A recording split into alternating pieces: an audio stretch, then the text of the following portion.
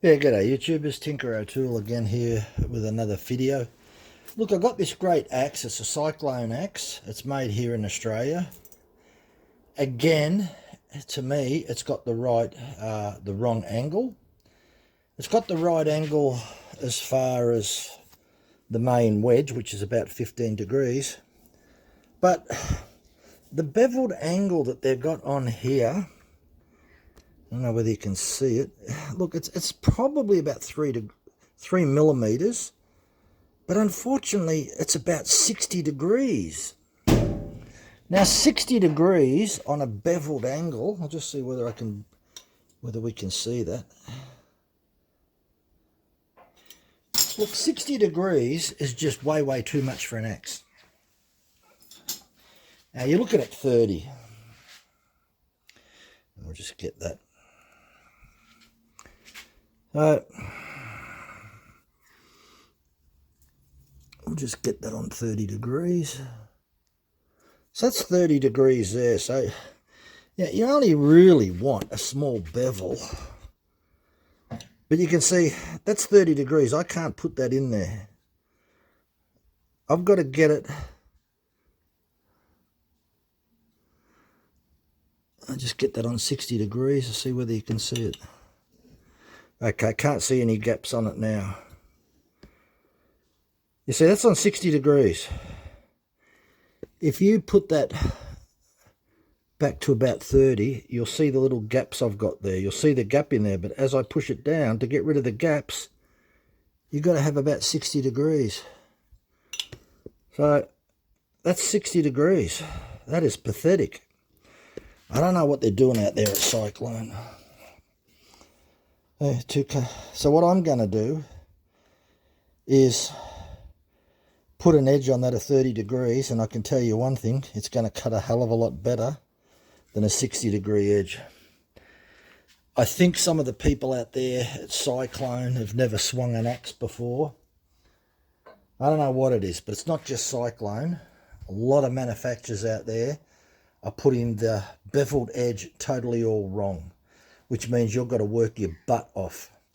And that's the difference, what I'm going to do. I'm going to bring that down to about 30 degrees. Look at all the Fiscus range. Sharp as a razor blade, 30 degree bevel. They cut perfect, not a problem. They don't make big axes like that. They only make small, little, tiny hatchet type axes, and then they go to their splitting axes, which have got much larger handles on them. So I wish Fiscus would actually make a 2 kilo axe. That'd be nice to see. Maybe one day they will. If they do, I'll certainly buy one, because I'm really impressed with the Fiscus range. And it's not rocket science. Axes have been around for thousands of years, so there shouldn't be any mistakes in putting beveled edges on them with the wrong angles. But unfortunately, I find them in most axes with the wrong angles on them. I don't know why, and what that means that the end user has to do a cardio workout when you could use half the energy to do the same job if it had a nice, sharp, correct angle on it, which is about 30 degrees, certainly not 60. Anyway, we'll mark this up and we'll grind it. Okay, so what we're going to do, we're going to where that red line is, we're going to grind that metal off and blend that in, and we should have at least 30 degrees. Look, if it's 35 degrees, it's 35 degrees.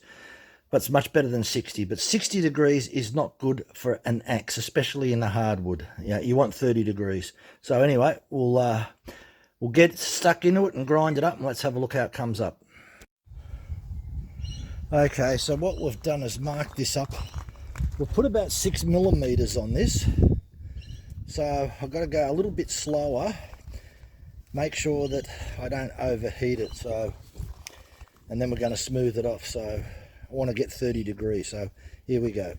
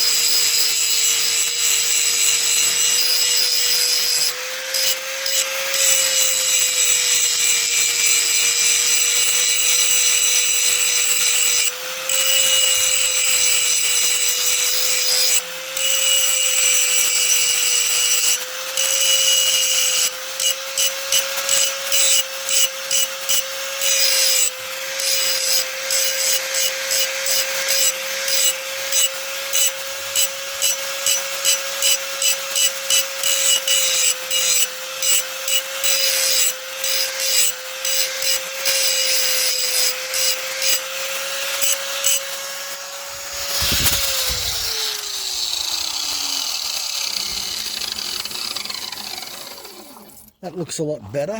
You just got to take your time. And oh, there's just a little bit there. I want to get that a bit better.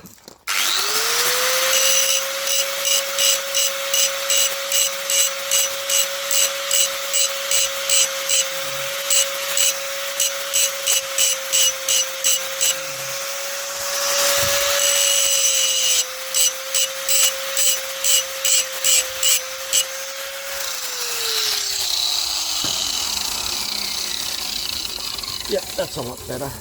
It's got to take your time. Look, you might get away with 60 degrees in pine or something, but if you're going to be really using an axe in even though it's green hardwood, I'd still rather have it 30 degrees than 60.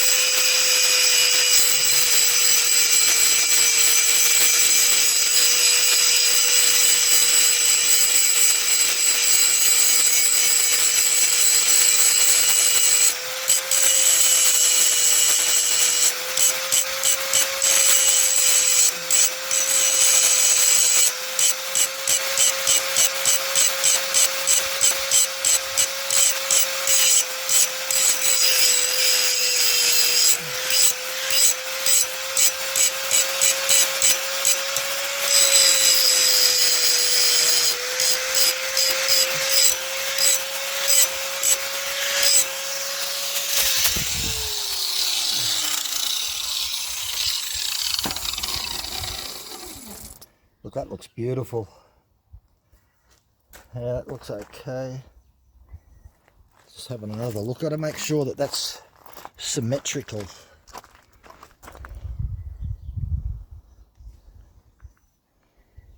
Yep, that's okay. Yep. Okay, so I'm going to get the other grinder out and the linisher, and we'll linish that off. Okay, so we've got the linisher, put a brand new pad on there. Now I'm going to have to be very careful and gentle so we get this right. Here we go.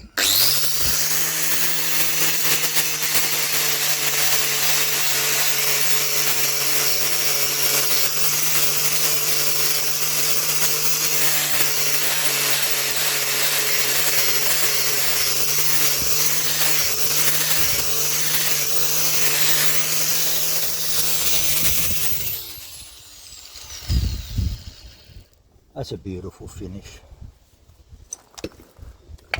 Don't know what the angle is, but I guess we're going to find that out soon.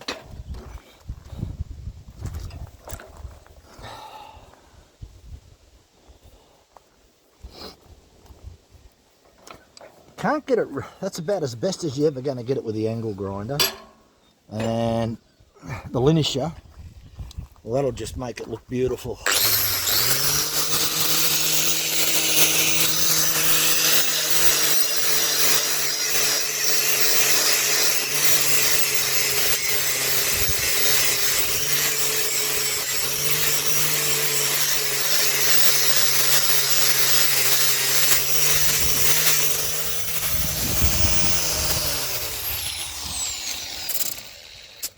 Okay, that looks beautiful.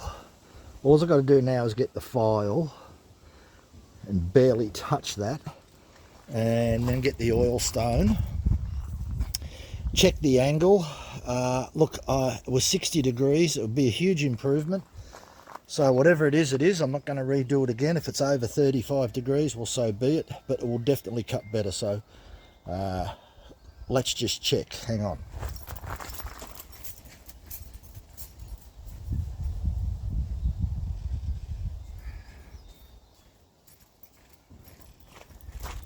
Okay, we just got the protractor, and we're just going to have a bit of a look, make sure that we get that spot on.